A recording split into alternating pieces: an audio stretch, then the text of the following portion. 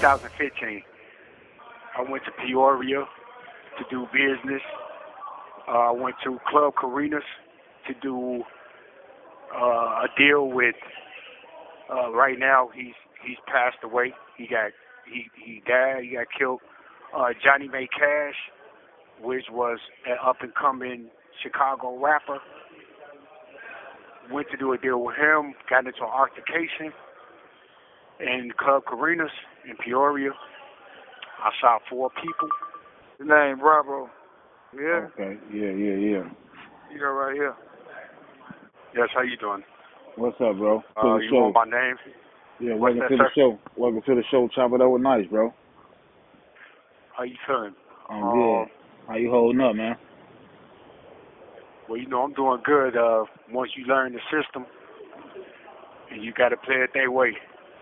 That's the hardest thing about it. Being a grown man, being told how to shit, shower, and shave when you can do it. You know, the whole system was built for us to be, I'll say, cropped, like crops. You know. Yeah. But I've been locked up since 18. This is my first bid. I got 22 years. Right now I'm 45 years old. I just made 45 in March. Okay. Introduce yourself to the people for me, man.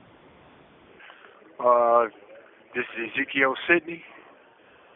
They call me Dino Bravo. I'm from Chicago, Illinois. Originated from 39th IDB Wells. Migrated to the hundreds. Wow. 113 in Airbrook to 107 in Wabash. I migrated from there and went to Madison, Wisconsin. I started doing movies. I don't know where you based out of, but if anybody know, I did my first movie in 2011 with Tiffany from the Bad Girls Club. It was called A Dead Man's Debt. We premiered it in Market Square Theater. I brought the bootlegs. This was still when they was doing DVDs. We brought the bootlegs and showed them in the barber shops and beauty salons in Chicago. My character was named Stay High. Wow. I did another movie that people should know. It's urban. The name of the movie was Family Ties.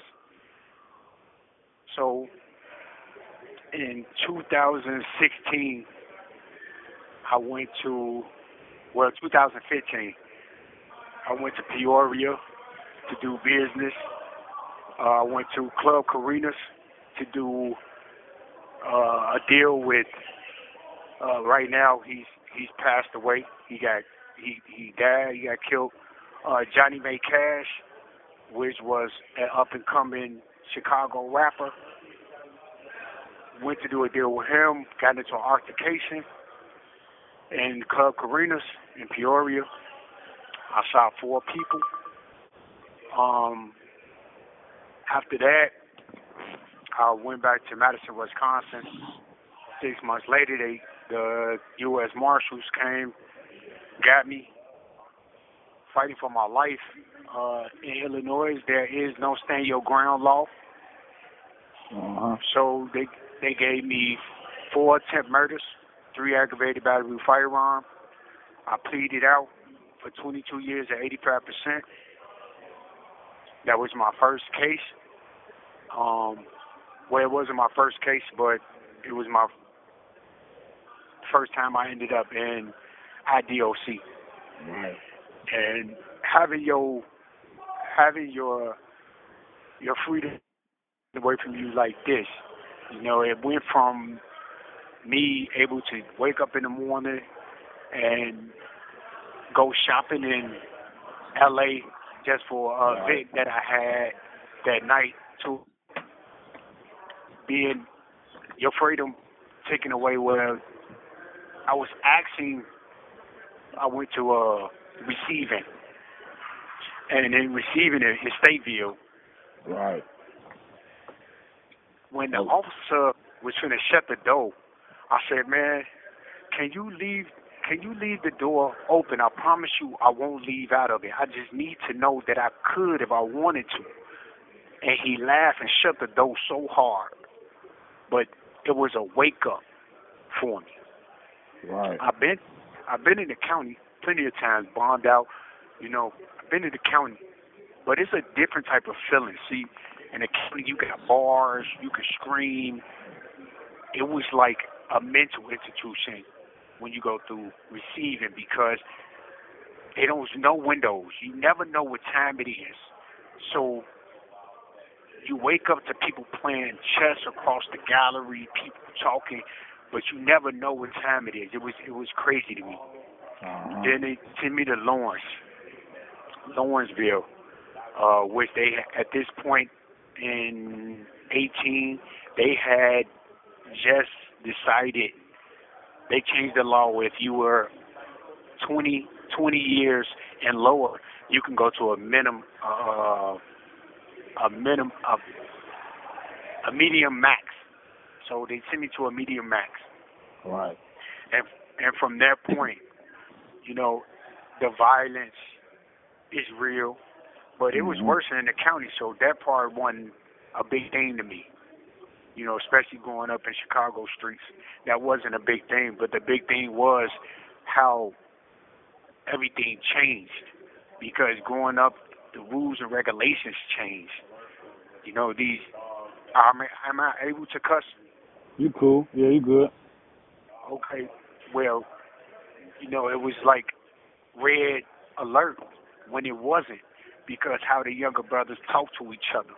You know, they'll just walk up to each other. What up, bitch? Man, you bitch ass, you ain't on shit, dude. Bitch ass, I'll beat your ass, and then they hug.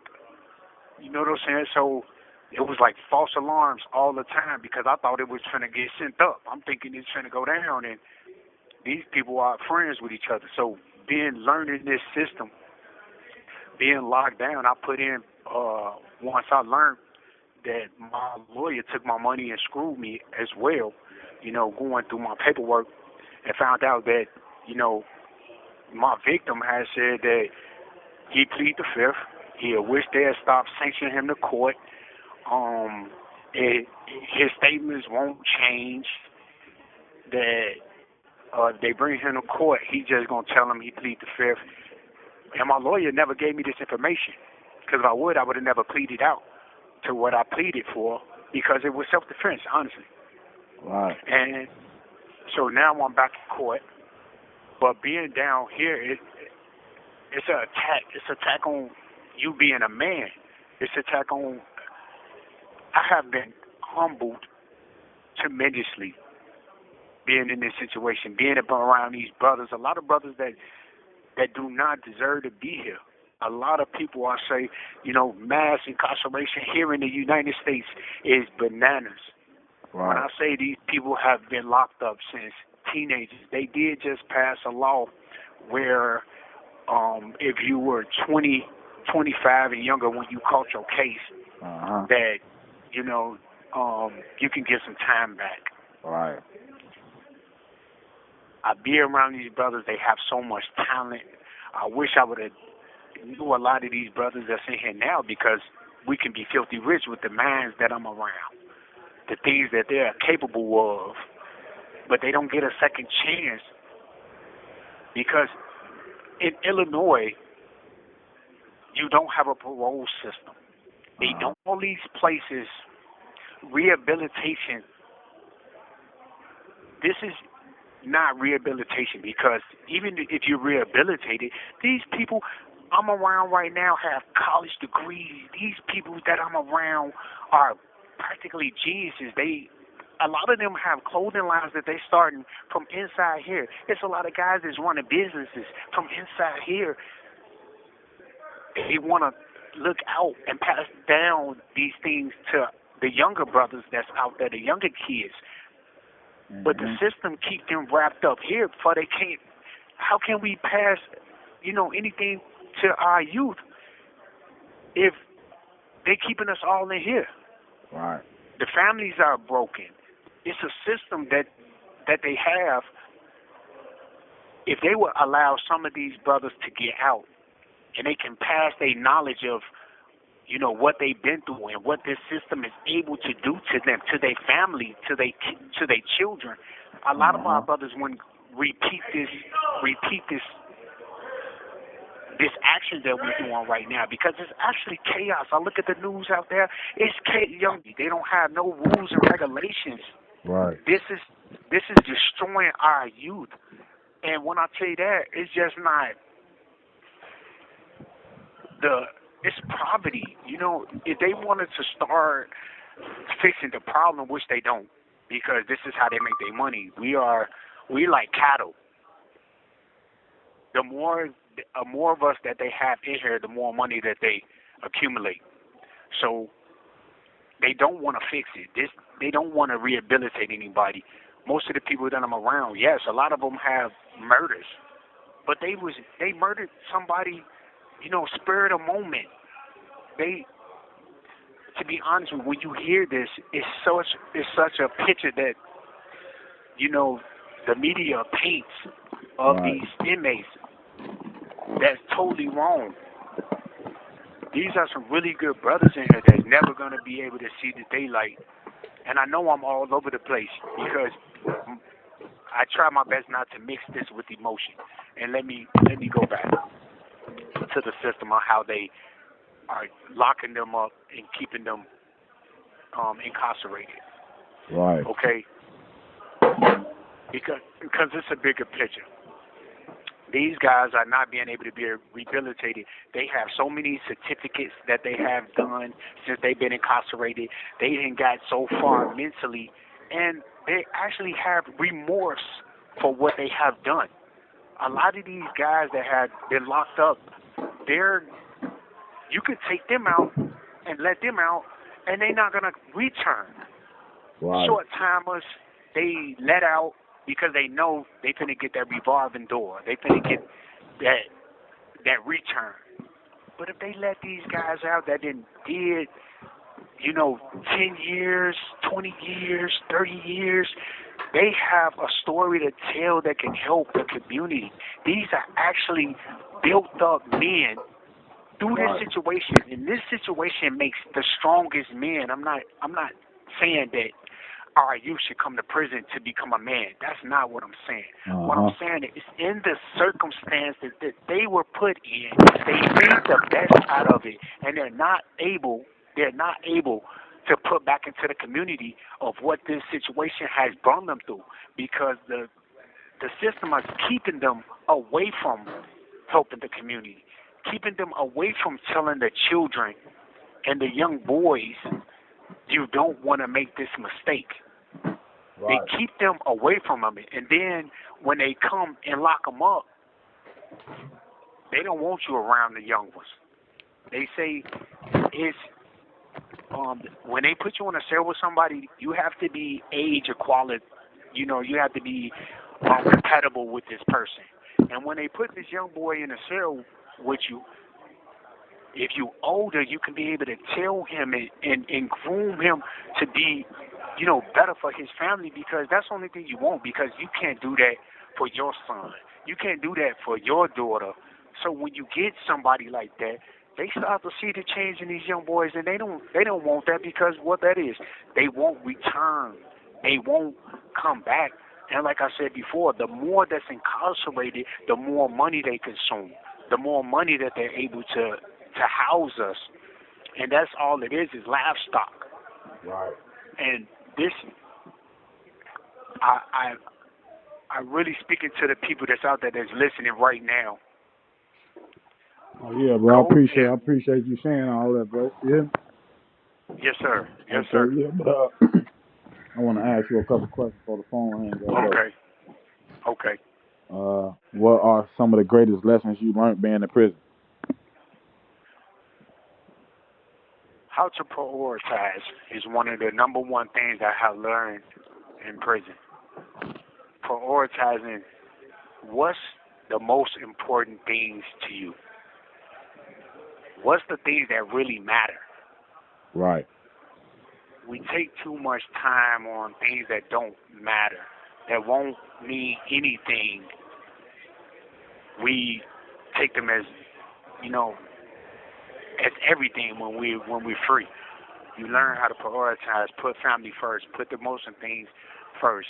The second best lesson I've learned is spirituality. Learning who I am. A lot of our people don't even know our history. They say Black History Month, but you can't have, you know, Black history is world history. You have to know who we are, where we're from. When you're reading, learn about, because a lot of people don't even, when you're reading and you read about these great people and the great things that they've done, in American books, they make them out to be Caucasian. They make them out to be every other ethnicity but black or brown or of color. So that was the number 2 thing, which should be number 1 as well, because that helped me prioritize 2, being spiritually grounded. Because once you get spiritually grounded, you know the difference. Okay, and number 3, your freedom, man. This is being a man and having people to tell you when the shit shot, when shade. This is breaking. You have to be strong. This gave me strength to be able to still keep my brain. Right. Man, Joe, nice chopping up with you, bro. What are some of the things you want to do when you get out, though? I want to continue. Definitely want to get back into acting. And what's your ID number, too, before the phone hang up? My ID number is 27008. So it's Y 27008. And you said acting? Yes, I was acting. I did 7 movies when I was out before I was in college.